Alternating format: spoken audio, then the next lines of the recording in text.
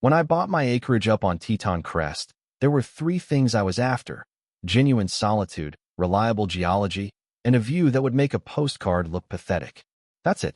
No mandatory Christmas lighting, no neighborhood watch meetings, just the raw, exposed edge of the Idaho wilderness, and the kind of quiet you can actually feel settling into your bones.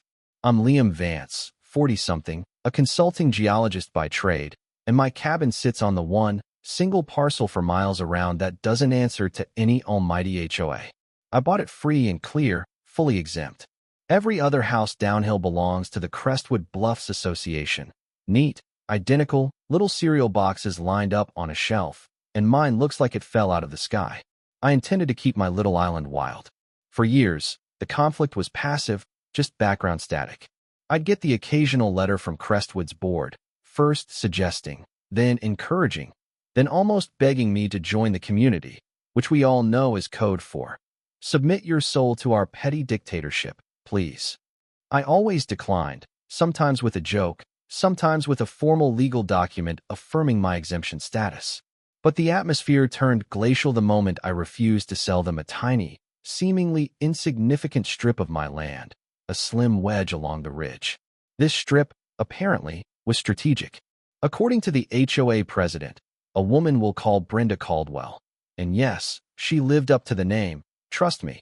If they had that slice, they could build their new centerpiece, the Crestwood Summit Pavilion, a multi-tiered public center for scenic enjoyment. Sounds lovely, right? In reality, it was a concrete eyesore that would sit smack beneath my southern-facing windows. The spectacular, unbroken view of the valley, replaced by picnic tables, the screeching of toddlers, and mandatory HOA potlucks. I told her no, politely, firmly, and legally. I had my lawyer send a formal notice of refusal, citing property rights and zoning. So, they pivoted instantly. It's the HOA way. When logic fails, resort to spite. I came home one day to find bright orange survey markers tightly hugging my property line, those plastic flags dancing in the wind like little aggressive insults. Brenda didn't even notify me personally. I found an HOA newsletter stuffed into my mailbox, illegally, by the way, announcing their grand new project, a public terrace designed to harmonize with nature. I nearly choked on my morning coffee. I drove straight down to the HOA office, which was just a temporary trailer looking exactly as temporary and unstable as their planning skills, and asked to speak with Brenda. She emerged wearing a tailored blazer, massive sunglasses that screamed suburban tyrant, and that fake, Botox-tight smile I recognized instantly from 100 online horror stories. Liam, she chirped, like we were long-lost golf partners. It's so good to see you finally taking an interest in community development. I cut her off, sliding a folder across the table.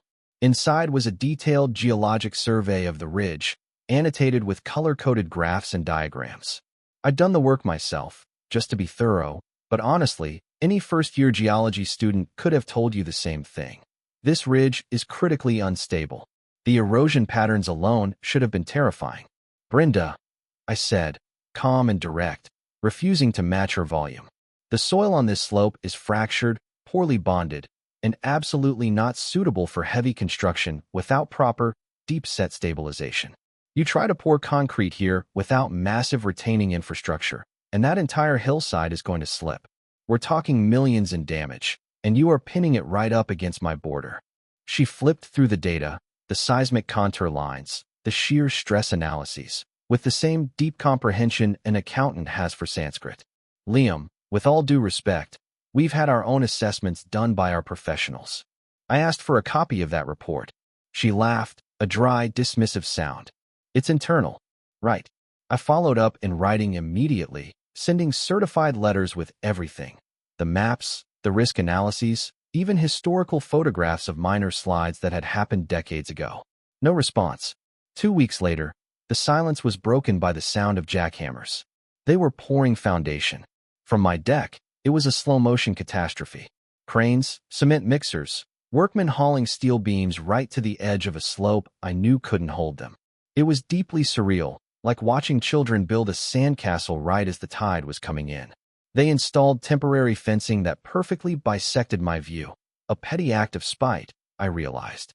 When I tried to speak with the foreman, He just shrugged and handed me a business card for River Rock Solutions, which, of course, was owned by Brenda's nephew. I attended the next HOA meeting, uninvited. When I stood up, holding their unopened return-to-sender envelopes, they actually laughed. One board member cracked a joke about me being a geological Cassandra. Brenda leaned into the microphone, calling me overcautious to the point of paranoia, and smugly declared, "If Liam won't be part of the community, he'll just have to watch us improve around him." The audience applauded. I walked out before they could pass the lemonade and self-satisfaction around. But that night, sitting on my porch, pouring a bourbon, I watched the moonlight settle on the fresh concrete pads they'd laid down. They were building their monument, their testament to ego, and I knew beyond a shadow of a doubt it was standing on a fault line. The project quickly escalated from a Vista Center to the grandly named Crestwood Cultural Pavilion. It wasn't about need, it was purely about power and spite. Brenda strutted around in a hard hat that still had the price tag on it, barking directives she clearly didn't understand. I overheard talk of wine-tasting terraces and concerts. Nothing screams community like drinking Merlot next to a ticking geotechnical time bomb. I wasn't just watching, though. I filed an official complaint with the county's engineering department, flagging the site as an urgent geotechnical concern. Result? A generic, "Thank you for your civic awareness." Bureaucracy at its most useless. So, I called in favors. I reached out to colleagues from Denver, real slope stability engineers, people who don't laugh at contour lines. Every single one of them confirmed my analysis. What the hell are they doing? Meanwhile, the personal attacks got more blatant. HOA flyers appeared showing a rendering of the finished pavilion where they had literally photoshopped my house out of the background. Trucks started parking on the corner of my driveway. Once, they left open bags of cement right against my wooden fence. Just pure, entitled carelessness. I tried to speak to the county inspector who showed up, a young kid with a clipboard. I asked if he'd reviewed the slope stabilization report. He blinked at me like I'd asked if he believed in leprechauns. "I'm just here to check that the fencing complies with Section B, 8.2.2. He stammered, tapping his paper. Of course. Then came the final act of hubris, the community update meeting, held under a tent right at the edge of the construction site. When I stepped up during the Q&A and asked whether the HOA had filed a complete environmental impact report, EIR, Brenda handed the mic to her nephew, Tyler. He mumbled something about private compliance verification protocols. That's when I dropped a printed copy of the Idaho Revised Slope Development Statutes right onto their podium. Section 12, Paragraph 4, I stated clearly. All developments within 500 feet of documented erosion zones require an EIR, approved and reviewed by a certified agency. You don't have it. Brenda didn't flinch. "Thank you, Liam," she said with a deadpan tone that screamed, "I am trying not to kill you on camera. Your input has been noted." They moved on immediately to discuss the color of the terrace seating. That night, I sent one last certified packet to the county. Then, I dug deeper into the permit records. That's when I noticed something truly strange. The approval signature on the HOA's development permit belonged to Councilman Alan Vance, chairman of the City Planning Subcommittee. I remembered seeing him at Brenda's 4th of July party last year. Suddenly, the pieces clicked into place like tectonic plates before a major quake. This wasn't just incompetence. This was corruption. I filed a Freedom of Information request, FOIA, for all correspondence between the HOA and Vance's office. And then, the spring rains came. It wasn't a gentle shower. It was Idaho's vengeful deluge, sheets of cold, relentless water slamming the bluff. I watched my soil moisture sensors, the ones I'd secretly buried inside my property line, feed data to my laptop. The numbers crept up, hitting critical saturation levels not seen in 20 years. The pavilion skeleton was complete. 2 massive terraces, a concrete base for underground parking, all sitting on a saturated, unstable slope. I sent a final report, signed by 2 licensed engineers and myself. Ignored. Then, just before 6 a.m., the bluff moved. It started with a low rumble, a sharp, unnatural vibration I felt through the foundation of my house. I stepped onto the porch and saw a crack, thin but wide enough to swallow a finger, splitting the edge of the new pavement below. Then came the slide. 60 meters of bluff face, weakened to the point of collapse, let go in a single, heaving motion. Trees tipped. Earth groaned, and the entire mass surged forward. The two freshly built terraces snapped like dry spaghetti. Concrete fractured like glass. A chunk of the underground parking collapsed into itself, water gushing through broken rebar. The noise was deafening. The dust cloud shot upward like a geyser. And then, absolute, chilling silence. I ran inside, called 911, and immediately emailed every news contact I had, attaching the photos, the GPS data, the moisture readings, the timestamps. I documented everything before they could blame the rain or divine punishment. The devastation was massive. 3 neighboring homes took direct hits, decks torn away, foundational damage. The total projected loss, over $15 million. Brenda, wisely, didn't show up.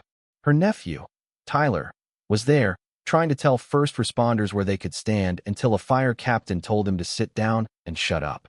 The real hammer dropped later that week. Crestwood's insurance provider issued a public statement. After reviewing the evidence, specifically the prior warnings and documented risks provided by Mr. Liam Vance, independent geological consultant, the insurer was invoking the known risk exclusion clause. No payout. Not a dime. They wouldn't cover the damage because HOA leadership had been formally warned in writing and proceeded anyway. The local newspaper headline was perfect. Geologist warned HOA. They didn't listen. Now it's a mudbath. By the end of the week, the HOA forum was aflame. Lawsuits started flying. But I knew what was coming next. You don't tell an entire HOA they built a death trap and walk away without retaliation. The next move wouldn't be an apology, it would be blame. It arrived via certified mail, HOA letterhead, thick with self-importance. They were accusing me of causing the landslide. According to their preliminary investigation, the soil shift originated from my property due to an unauthorized water drainage system that allegedly redirected runoff toward their construction site. I laughed out loud in my kitchen. Then I stopped. This wasn't a joke. It was a full-scale attempt to flip the script. The people who ignored science were now claiming I destabilized the slope with a rogue drainage pipe. They weren't bluffing either. I received notice of a civil complaint requesting a temporary injunction and immediate access to survey my land. I called my lawyer. Then, I called in the real experts. One of the perks of being a geologist is that I don't have to fight pseudoscience with emotion. I fight it with facts. I hired a private geotechnical firm from Boulder, known for their uncompromising thoroughness. They dispatched a team with drones, sensors, and LiDAR to document exactly how water moved across my landscape. In parallel, I went high up the chain and contacted the county's senior environmental inspector, Alonzo Reyes. Reyes walked my land personally. He squatted down, ran his finger through the soil, and grunted. "This ground hasn't been touched in years," he said. "Drainage? My ass." I compiled every single piece of correspondence, the certified letters, the reports, the timestamps. My folder was thicker than their entire HOA bylaws. Still, their slick Denver law firm pushed forward, claiming I was harboring illegal drainage structures. Meanwhile, Tyler kept showing up near my fence, whispering into a headset like a rejected Bond villain. "Tyler," I called out from my porch, coffee cup in hand. "You're on camera, and you're also stupid." He left. Then came the final, irrefutable proof. The independent report from the Boulder firm came back, clean as a whistle. No artificial drainage, no redirected runoff. Their findings modeled water behavior and showed the slope failure originated directly beneath the poured concrete platform due to excessive structural load placed on an unconsolidated and unreinforced slope. Translation: they built like idiots, and gravity took its course. Inspector Reyes' report confirmed it. No evidence of external influence from neighboring property. HOA proceeded despite credible warnings. Documented negligence likely contributed to geotechnical failure. Boom. My attorney filed for a full dismissal and counterclaimed for damages. The court set a hearing date. I'd be testifying under oath. So would Brenda, Tyler, and Councilman Vance. Around the same time, something amazing showed up in my mailbox. An anonymous manila envelope. Inside, a stack of printed internal emails between Brenda, Tyler, and Councilman Vance. The emails were gold. One thread showed Brenda asking Vance to expedite a zoning review. Vance replied he'd push it through under the small structure exemption. Tyler referred to keeping the environmental stuff quiet. And Brenda's crowning moment. gloating that my geological obsession would bury him in graphs, but we've got the votes. I handed the entire envelope to my attorney. He nearly smiled. I added fuel to the fire. I contacted a producer at Channel 7 News, the same one who ran the initial story. I gave her everything. She pitched a follow-up live. The station invited Brenda to appear for a community discussion. I watched from my living room as Brenda sat under the studio lights, trying to spin the weather blame story. Then the anchor pulled out one of the leaked emails. Brenda's eyes didn't blink. Then came the drone footage, a live feed of the erosion happening directly beneath the still-standing segment of the terrace. Brenda, sweating now, finally cracked. "Well, what do you want from me?" she snapped. Alan approved it all. I didn't sneak anything through. He said the waiver didn't need the full process if we classified it as communal beautification. The room went silent. She had just thrown a sitting councilman under a bus on live television, with the cameras still rolling. The next morning, the video had hundreds of thousands of views. Headlines screamed, "HOA president blames councilman on live TV. Admits permit shortcuts." Alan Vance's office immediately went silent. The county opened a formal investigation. The district attorney subpoenaed all my documentation. I gave them everything. The reports, the emails, the soil moisture logs, a binder labeled, simply, HOA lies and stupidity. By the end of the week, Vance was served. Turns out, Brenda's little favor had helped push through 5 projects, all with similar illegal shortcuts. Members of the HOA board began resigning one by one, citing health reasons. I heard Brenda was begging people to stay, but as my neighbor Tom put it, "Lady, the structure already slid off the damn hill." Insurance agents, meanwhile, were back, now seeking recovery from the HOA, subrogation, to the tune of $3.1 million. The final, poetic twist, the city classified the zone as unstable for development for at least the next 15 years.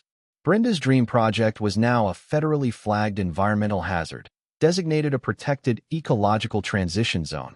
No construction, nothing but native grasses. The courtroom was literally cold. Brenda was seated, face stretched into defiance.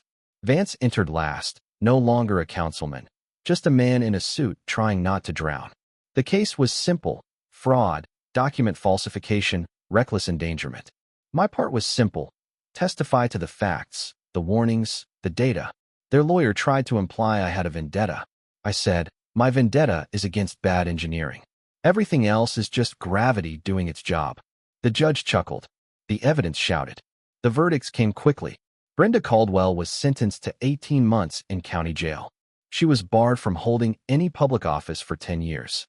Alan Vance got 2 years probation, a hefty fine, and a permanent ethics violation. Tyler lost his contractor's license. The HOA's remaining assets were split for restitution and land restoration. I received $185,000 for legal fees and damages. A month later, the wreckage was gone. In its place, quiet grass, and a small wooden sign posted at the very edge of my property, hammered in by someone I still don't know. It read, "I warned you." I didn't join. I didn't back down. I didn't put the sign there, but I left it up. So, tell me, was I cold-hearted for documenting their demise every step of the way, or was this the only way to get justice against an HOA bully who thought her political connections outweighed the laws of geology? Let me know in the comments below. Drop a like, subscribe for more stories, and tell me, what is the worst example of HOA arrogance you've ever personally witnessed?